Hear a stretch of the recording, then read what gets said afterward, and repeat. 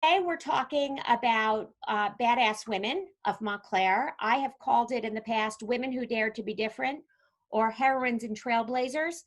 But really in my mind, it was always those women that really did something that broke the mold, that found some way or another to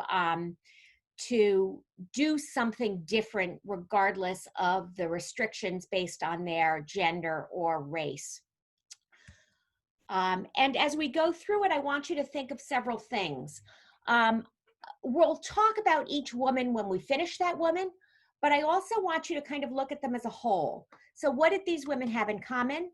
What barriers did they face because they were women? How did they overcome these barriers? And then if they'd been born 50 years ago, so in 1970 and said, would we have considered them exceptional? And why or why not? So with that, we're going to start with our first woman, and that is Stella Bradford, who became a physician. Let me just get ready for her. Okay. So Stella was the eldest child of the Reverend Amory Howe Bradford and his wife, Julia Stevens. She had three siblings, Arthur, Cornelia, named after her aunt, who I'll speak about in a minute, and Clara. Now, Amory Howe Bradford was born in Granby, New York in 1846. He is descended from William Bradford of the Plymouth Colony on his father's side. And his father, Benjamin, was an abolitionist in the Finger Lakes region, and his house was one of the stops on the Underground Railroad. He attended Hamilton College, graduated in 1867, and received his theological training at Auburn and Andover Theological Seminary. In 1870, he became the minister of the First Congregational Church in Montclair, and he served as a minister there for 40 years, becoming both well-known and well-beloved in Montclair, but also throughout the congregational denomination. He married Julia right around that same year. He came down in 1870, and Stella was born in 1871, so just a year later. Now, Amory's sister, Cornelia, was also very involved in social justice. She began the Whittier House settlement in Jersey City, and that's what it looks like pictured today. And she and her family had moved down from New York State to the Chester area in the 1870s. And she went off to college, and then she came back and she tried to figure out what her life's work was going to be. So she went to London, and while she was in London, she visited the settlement house in East London and was so taken by the work that they did that she came back and started up the first one in New Jersey, which was the Whittier House. They provided legal aid classes. First Women's Club in New Jersey was part of it. The first playground in Jersey City was part of it.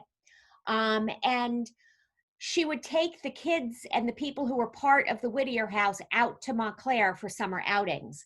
But it was her influence and her father's influence that really got Stella thinking about what she wanted to do with her life work. She graduated from Montclair High School in 1889. And that's the entire graduating class in that little article from the Montclair Times. There were 9 of them: Stella, Alice, Julia, Imogene, Hattie, Theodore, Frederick, William, and Wendell. And that was it. They all went off. They didn't know when they were graduating, which I love. We haven't figured out when the graduation exercises are going to be, but we'll make it work somehow. That's a beautiful picture of her in her garden from 1912. That's from the First Congregational Church collections, which I've noticed they've begun to put online as well, which is kind of cool. So she graduates from Montclair High School. She goes off to Smith, graduates from there in 1893, and then does some postgraduate work in Italy and Germany, returning to Montclair, where she begins to teach at Montclair High School. But this is not what she wants to do. So she decides she's going to become a physician. Now, if you were part of this last week, you may remember that Emily Blackwell was able to close her school, her medical college for physicians in New York, when Cornell began accepting female students. And so Stella was part of those early classes at Cornell University Medical College, and she graduated with a degree in medicine in 1902. She interns at Worcester Memorial Hospital, develops a lifelong interest in orthopedics, but that sort of is put on hold because the whole TB program, or the whole TB disease, is beginning to rear its ugly head. And my dog is now growling, so I'm hoping that the dog is not going to start barking in the middle of this, but forgive me if he does. She interns at Worcester Memorial Hospital, develops this lifelong interest in pediatrics, and then comes home and starts up a medical practice in her father's house in Montclair. She also serves as a medical inspector. You can see down below, that's the directory from 1907, and Amory Howe is listed on 11 Plymouth Street, right around the corner from the First Congregational Church. And Stella has got her offices right in his building, or right in his home. She becomes a clinical assistant at Governor Hospital in New York City. Excuse me, just one second. Duke, out, go. I'm back, and Duke isn't. She becomes a clinical assistant at Governor Hospital in New York City, where she begins to, with another physician, establish a tuberculosis clinic. Now, I love that image of the clinic itself in 1907, but the most fascinating part to me is notice the architecture on that with the round building. That was not just done to make it look pretty. It was actually believed, according to the New York Times, that the tuberculosis bacilli was hiding in corners in rooms. So they believed that it was a preventive measure. If you were to make the room round, you would have less of a chance of getting TB. She comes to Montclair with the idea for an open air school. Now, open air schools were beginning to become all the rage in Europe. And basically what it was the belief that if you kept kids outdoors where the air was fresh, the germs were less likely to gather together, and therefore you would be able to have a more healthful environment for the kids. And so Montclair, this is from the Montclair Times from 1910, where they're saying that they are actually going to adopt this new innovation, and they're putting it at the rear of the school on Cedar Avenue, which is Nishuane today. And you can see down halfway through that already a platform had been erected, and this will be covered with a large shelter tent. The open air classroom will be enrolled as soon as the medical inspectors make a definite report as to the number of pupils that are in delicate health and who would benefit most from outdoor life. They figured that the parents who were of these children had already consented to this. So they began looking at the 400 students and figured about 30 would, in actuality about 23 enrolled in it. And you can see, here's a picture of the open air school in Montclair. Now, what's so interesting to me about this is notice there's snow on the ground there. This was a year-round endeavor. This was not just when the weather got nice.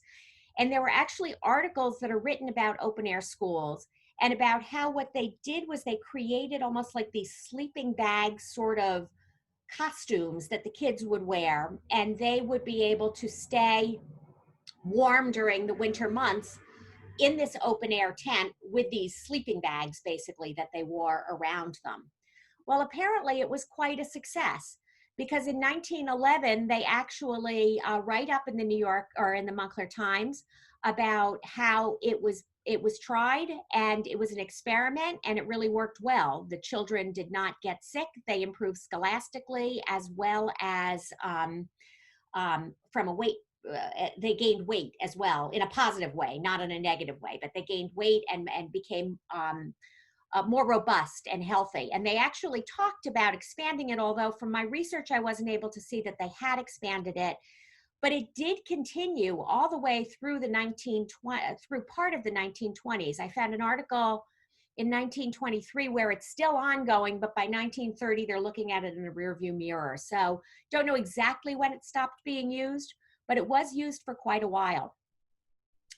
After that, she goes off to that lifelong love of orthopedics sort of rears its head again, and she begins looking and studying the idea that muscles can be retrained. And she goes to Denmark to study with Niels Buch. I may be pronouncing that incorrectly.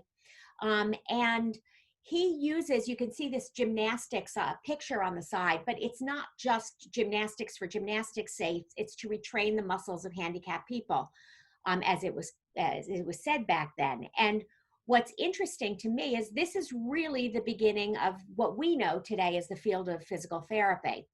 She comes back, she applies his techniques, she begins to publish articles about this technique, and in 1932, Mountainside Hospital appoints her director of the physical therapy department, and then in 1950, she organizes the physical medicine and rehabilitation department at Mountainside Hospital.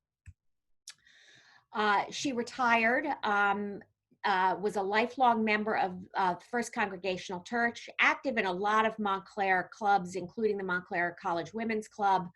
Mary Arnie, I don't know if Nancy's on, I can't see because I don't have a gallery view up, but Nancy Arnie had said she had known that to heal the body without consideration of healing the spirit is a useless and empty gesture, and she's buried at Rosedale Cemetery. And she has said, there is no such thing as perfect health, but if one learns how to use the portion allotted to him wisely, and in doing so increases that portion, all is well. I think that's kind of an interesting statement to make, especially today when everybody is so concerned about health and well-being. And we all know Lillian Gilbreth. Mm-hmm. But before I mute all of you, what does everybody know about Lillian Gilbreth?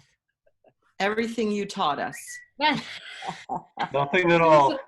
He was a professor cheaper by the dozen. All right, cheaper by the dozen is what I normally get for answers. But I am now going to do it all, but can I do it on this screen? She was a professor at my alma mater. Oh, where did you go to school? She took her kids to Nantucket and they played outside and did some outdoor education. Uh-huh. That's true. I am, now that I'm in share screen, I apparently can't mute you all. So if you just be cognizant, if there's noise, mute yourself. That would be wonderful, helpful to me. So Lillian Gilbreth was born in Oakland, California, and she was the oldest of 8 children. William Moeller and Annie Delger were her parents. Annie was a bit frail, and so relied heavily on Lillian to take care of the younger children. But they also felt that Lillian was very sensitive and therefore shouldn't go to school. So she didn't wind up going to school until she was at least 9 years old. But she loved it, and so much so that she wanted to go to college. Well, Daddy wasn't all that happy with that idea. He fought against it, but she ultimately won out. With the caveat that she had to stay in Oakland. So she went to UC Berkeley and graduated there with a bachelor's in literature in 1900. She then continued on with her education. At first she went to Columbia University, but really did not do well on the East Coast. She got sick and then she was homesick. And so she ultimately moved back and completed her master's in English literature at UC Berkeley in 1902. So then she meets Frank Bunker Gilbreth on a European tour. You know, women of means, after you would graduate college, or high school, you very often went on your European tour, and she just did just that. She fell in love with Frank and married him in 1904. He was a pretty he was 35 years old, so he was about 10 years older than she was. He was a very successful building contractor in Boston, but he'd also begun to use photography and as a way to figure out motion and time efficiencies. So what they would do is they would photograph somebody and then dissect every single motion that they took, and then try and figure out what's the best way, the one best way to do this. And we'll talk a little bit more about that later, but that was sort of where he was at.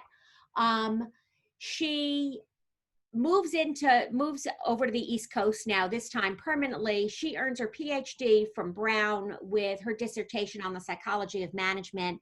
And her master or her PhD was in both English literature as well as psychology. It was really a symbiotic relationship. She was far more educated than he was. And so she was sort of his voice and his pen when it came to writing his books and publishing his studies. He, on the other hand, introduced her to her life's work. And so they really worked together as sort of a power couple in management consulting.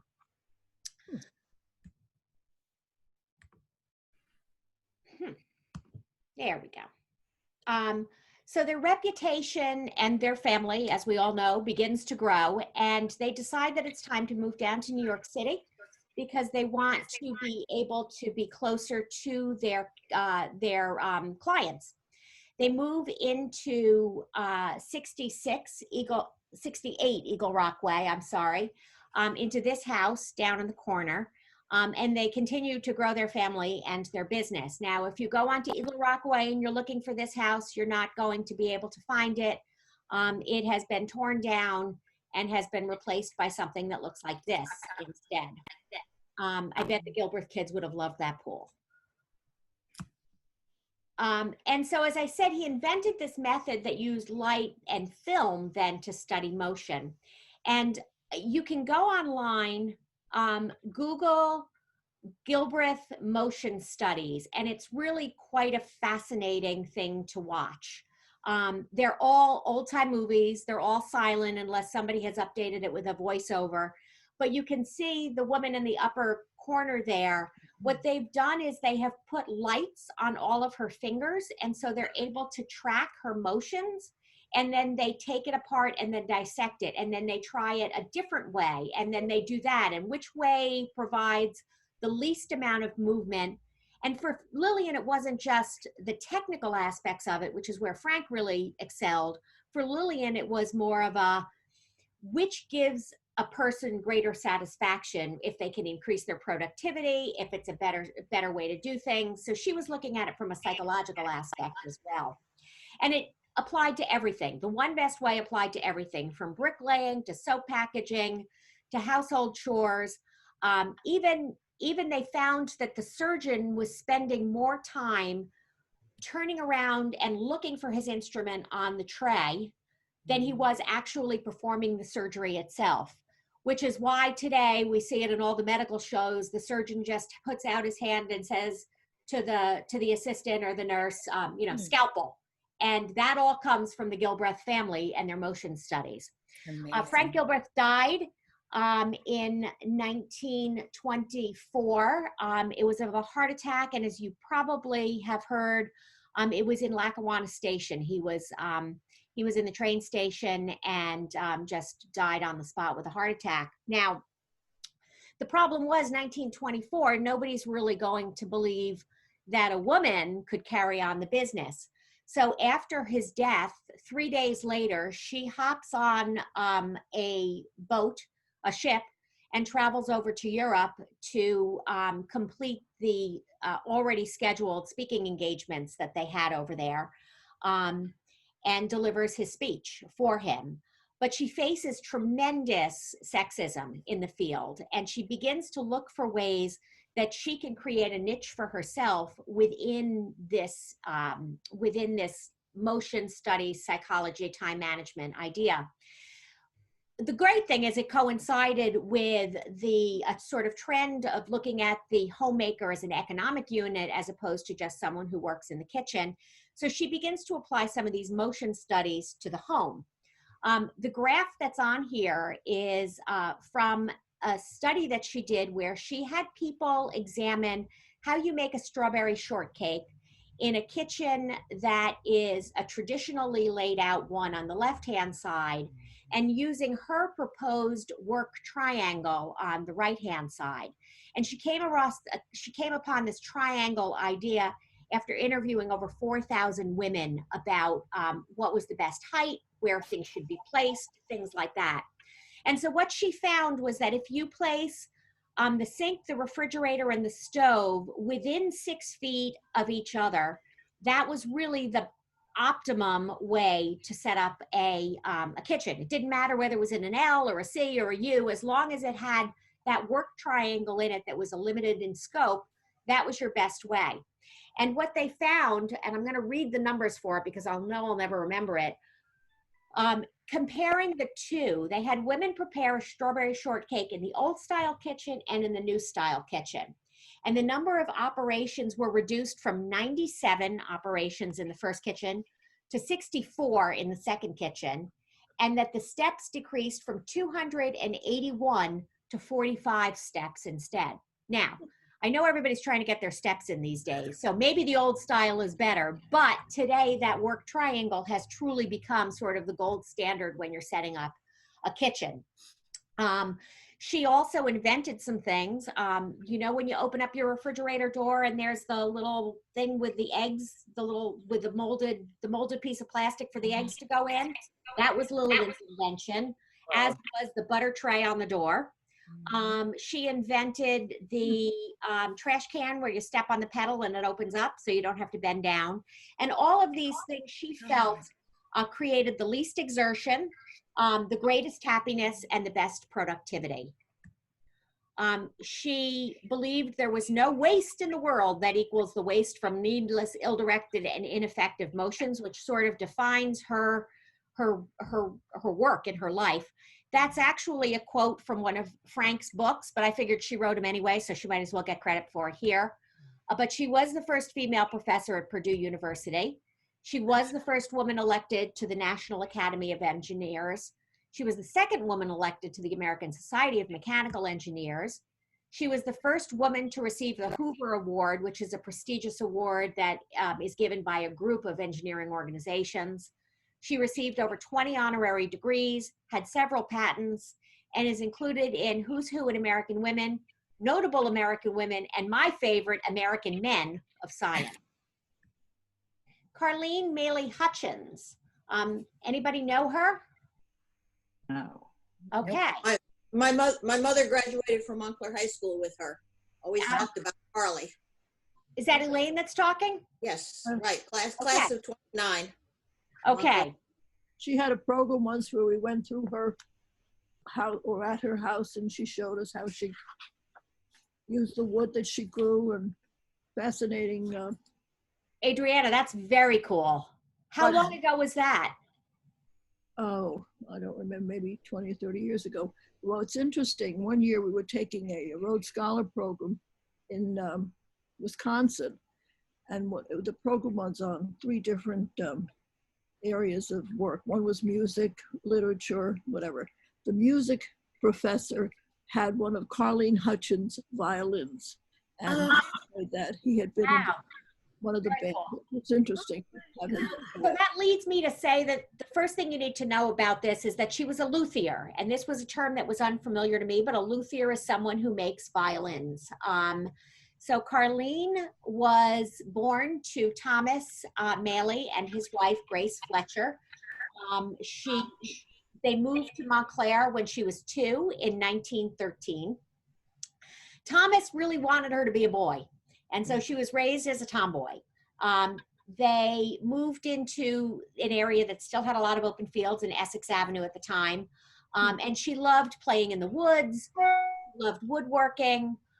She loved sports, and somebody, when she was 8 years old, gave her a bugle, which was quite an unusual thing because she was a girl, and girls just normally did not play the bugle. She also joined the Girl Scouts. Her mother was involved in that as well. And when she was in 6th grade, she wanted to, instead of taking home ec, her mother lobbied and got her into shop in woodworking instead. And then when she got to high school, she played first trumpet in the band and orchestra, another unusual thing because that was usually something that was reserved for boys. She graduated Montclair High School and then went to Cornell University and majored in biology, specifically entomology, graduating in 1933, and had considered going on to med school, but the finances just weren't there. So she goes to, gets a job at a private school in New York City, Brearley School, and becomes a science teacher there for 15 years. Now, the best part about this is she decides she wants to join a faculty chamber orchestra. So she brings her trumpet. Well, the trumpet just dominated everything, and the faculty chamber members said, hey, you're out of here until you can learn to play a different instrument like a violin. So she goes off and she buys a used violin and she starts teaching herself how to play violin, and ultimately learns and joins the faculty chamber music group. But she thought that the violin just could really have been improved. I mean, she'd probably buy a really cheap one to begin with, but nonetheless, she thought it could be improved. And she thought to herself, with my woodworking skills, I can do this better. So in the meantime, she's also has a piece of property in New Hampshire, and she begins to build a house on it. And she meets and marries a man named Morton Hutchins in 1943. So it takes her 2 years, but she makes her first violin. And according to the New York Times obituary, they say, before long, Mrs. Hutchins became frustrated with her own viola's limitations. An accomplished woodworker, she vowed to build a better one herself. Armed with a book and blueprints, she did so, even though it took from 1947 to 1949. She later studied with several prominent violin makers. And I'm going to digress right here for just a moment, because I want to share with you a couple of things about a violin that I had to learn. First of all, the top and the bottoms of the violin are called plates. The things that connect them on the side are called the ribs. This little decorative thing here around the edges, that's called purfling. These are called your F-holes. And this is your bridge. And every single one of them makes a difference into the tone, the tonal quality, and the sound of the instrument. So she creates this instrument after 2 years, and she goes to a luthier, Carl Berger, who is in New York City near Carnegie Hall. And she brings her homemade violin and says, what do you think?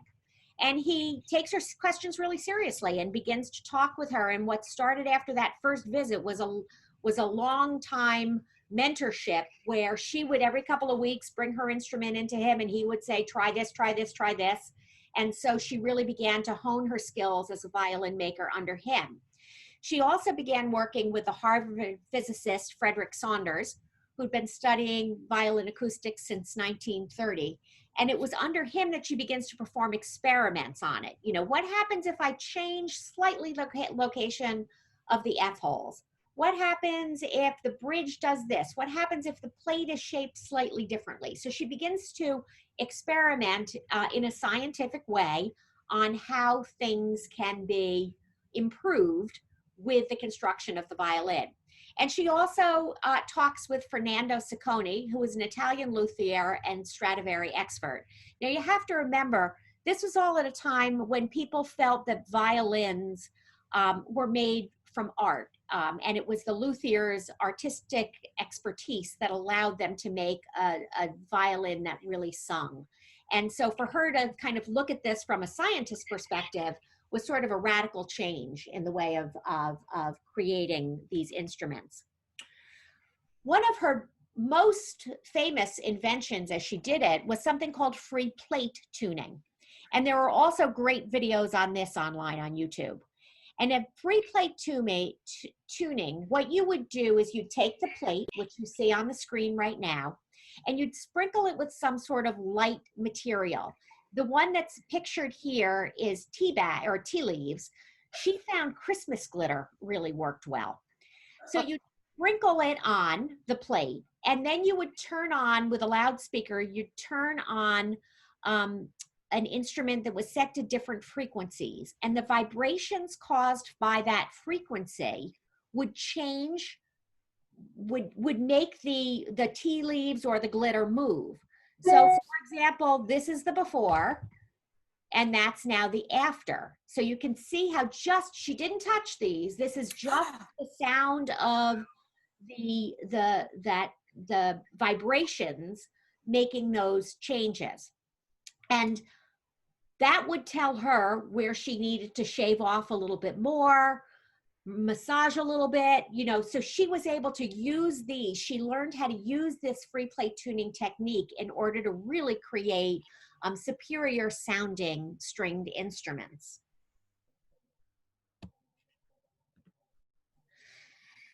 God. So it was about when she's working on all this, she's beginning to get known by people throughout the country who are violinists who want her instruments because they are such high quality. And in 1957, a gentleman named Henry Brandt, who was an American composer, approached her about his idea of creating a violin octet. And if you look up on the top of that screen, that's sort of what the existing what it was existing at the time. You had the bass, the cello, the viola, and the violin.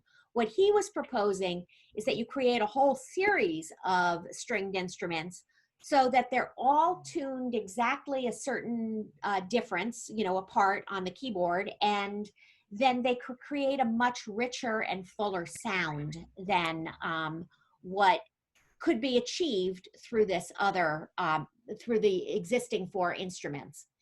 And that begins to be public. Her work on that begins to be public by about 1962, and her other work is beginning to make national news. And so she's really becoming a hot commodity. In fact, there was a profile of her in Time magazine in 1962 that she admits was a bit condescending because she was a woman. But it talks about how the professional violinists were all seeking her out. The Montclair Times ran an article in it on her, and I love it. They called her a housewife making fiddles in her kitchen. And then she published an article in in Scientific American called The Physics of a Violin. And that sort of made her an elite. That made her to the point where the scientific community was looking at her. People were really beginning taking notice of her, and they were no longer thinking of her as the housewife making fiddles in the kitchen. She had so many people were reaching out to her that she actually had to hire a secretary who came into her home on Essex Avenue. She'd moved back there at one point because she needed help from her mom with childcare. And she was supposed to have a long article written about her in Life magazine that was scheduled to be published in November 1963, but the Kennedy assassination sort of intervened, and it was a much shorter article than initially had planned. And here you can see a picture of the set of instruments as she's making them right in her own backyard. God, with the swing set. Yeah, look at that swing set. Isn't it fun? Chain link fence swing set. And she just looks the part. So over the course of her career, she built more than 500 instruments. She published scientific papers, including the one that I mentioned in Scientific American. She created this whole new palette of sound with her octet. And she not only, made hundreds of instruments, but she also taught people how to be good luthiers, not only one-on-one in her house, but also through her experiments and her publications.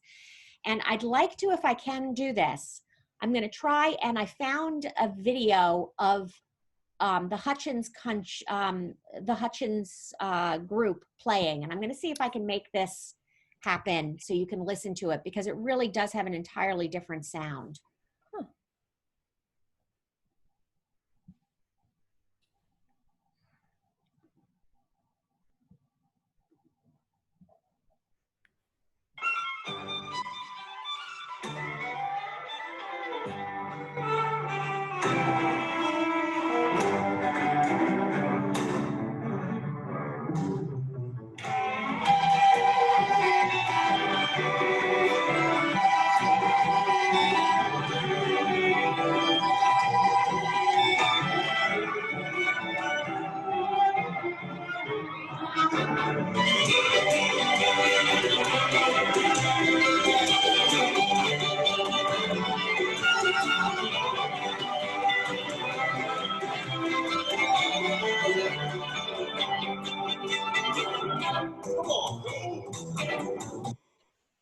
Okay, were you able to hear that?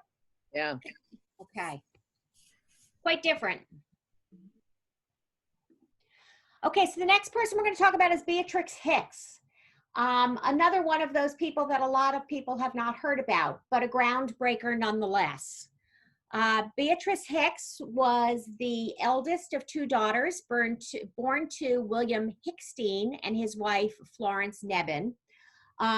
She was born in Orange in 1919, And her sister Margaret was 10 years younger than her and had special needs and was institutionalized.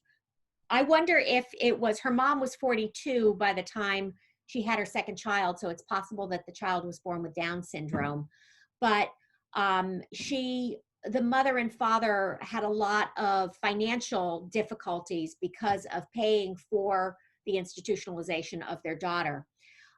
When she was 12 years old, her father lost his job at Westinghouse due to the Depression. And basically, the family survived by pitching a tent in Livingston and surviving on hamburgers and dandelion greens. Her father ultimately borrowed a little bit of money to market a safety control valve or safety control that he had designed that basically is an automatic shutoff for hot water and steam heating systems. And it was such a success that he was able to found Newark Controls Company. And with his $15 a week salary, they moved their family out of the tent in Livingston and into an apartment in Orange. She went to school there and loved the sciences, loved mechanical drawing, especially bridges. And she graduated from Orange High School in 1935. Her parents really were encouraging her to study stenography, but she said, no, that's not going to happen. And so she entered Newark College of Engineering, which is today NJIT, as one of two women in a class of 900. She graduated in 1939 with a BS in chemical engineering. And after she graduated, she spent 3 years working as a research assistant on the history of innovations or inventions at the Newark College of Engineering.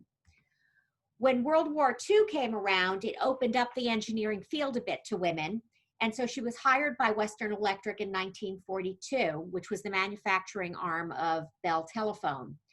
She was given the title of technician, which really bugged her because a woman should not be an engineer. And so she said at first some of the men acted as if I alone would sabotage the entire World War II effort then in program. Now, I love this ad that I was able to find. You can see, this is Western Electric, and you can see this illustration of these guys on the front somewhere, perhaps in the South Pacific or in Europe, and it says, at field headquarters sits a staff officer telephoning. In his hands, this familiar instrument, now a weapon of war, controls the striking power of our forces in the whole area of combat. Over it flow the orders that will drive back the enemy till the final order, cease firing, is flashed to every front. So I love the fact that they were using the war like that to sort of capture their audience. At Western Electric, she designed, and now this is where I'm also out of my league, she designed telephone equipment for long distance dialing system and crystal oscillators to control radio frequencies and aircraft communication equipment. Excuse me.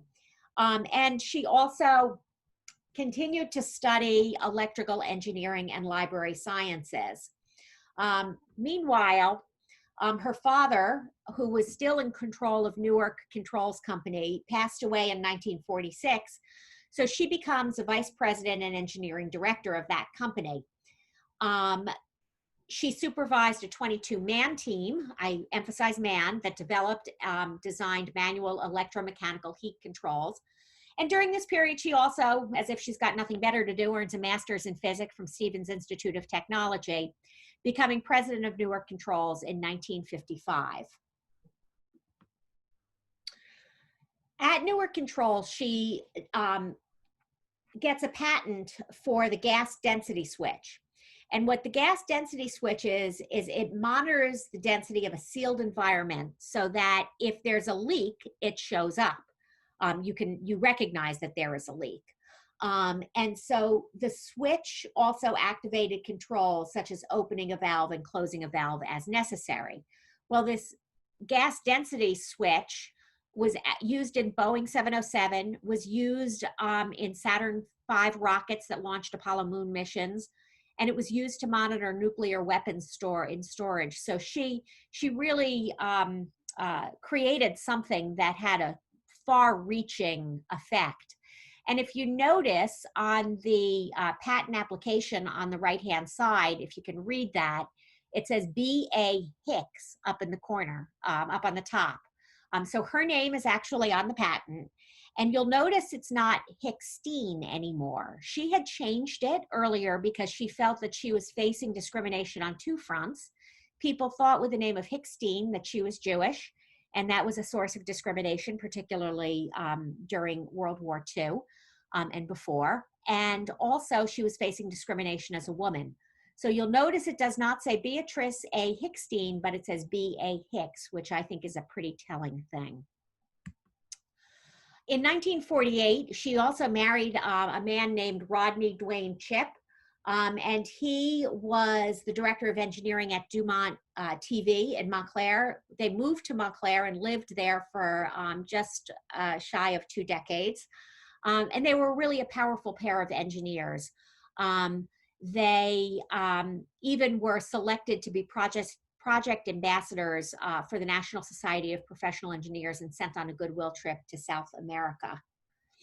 And I love this quote of hers: "The women think that an engineer is a man in hip boots building a dam. They don't realize that 95% of engineering is done in a nice air-conditioned office." And I think that was probably one of her, in addition to the gas density switch, one of her lasting legacies was that she really fought hard to get women into the STEM and engineering fields. And we'll talk about that in just one more slide. So Chip ultimately founds a consulting firm right in adjacent to the Newark Controls Company. And so they worked closely together. And then when he died in 1966, she sold her father's business, takes over her business, or takes over his business, and passes away in 1979. But her legacy is really of advocating for women in STEM careers. She kept saying, especially during the war efforts, that the nation was facing a critical shortage and that women offered untapped potential. She co-founded and became the first president of the Society of Women Engineers. And that one actually started out in 1950 with 40 members, and it's still around today, and there are over 40,000 members.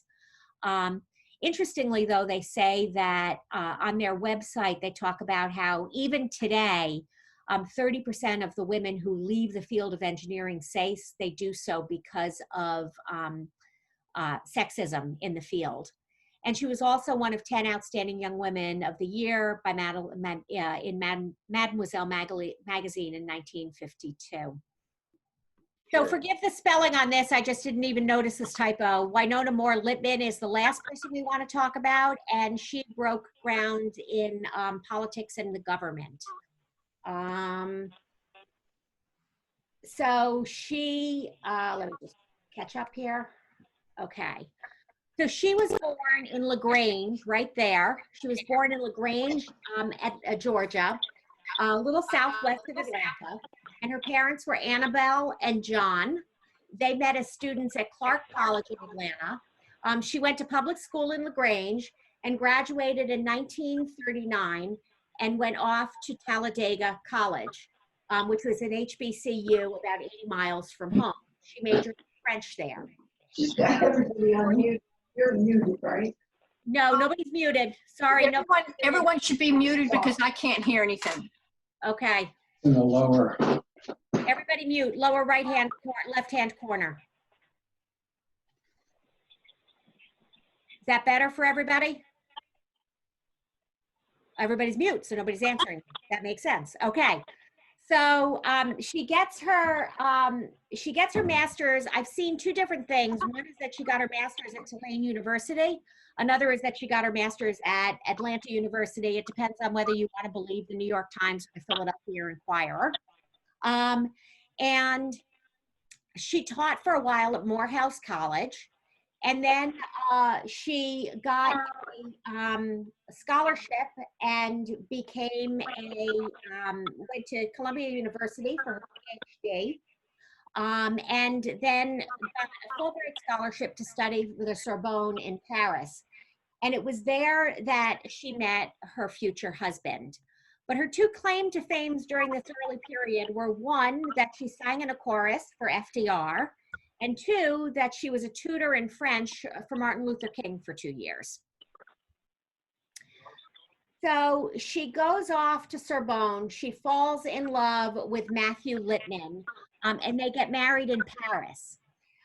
Or they get married. She meets Matthew Lippmann and then gets married. They don't marry in Paris. They actually don't go back to Georgia because she can't go there because he's white and Jewish and she's black. And so in Georgia, that was against the law until the Loving case came around. So they wound up coming and settling in the Northeast instead, and ultimately moved to Montclair.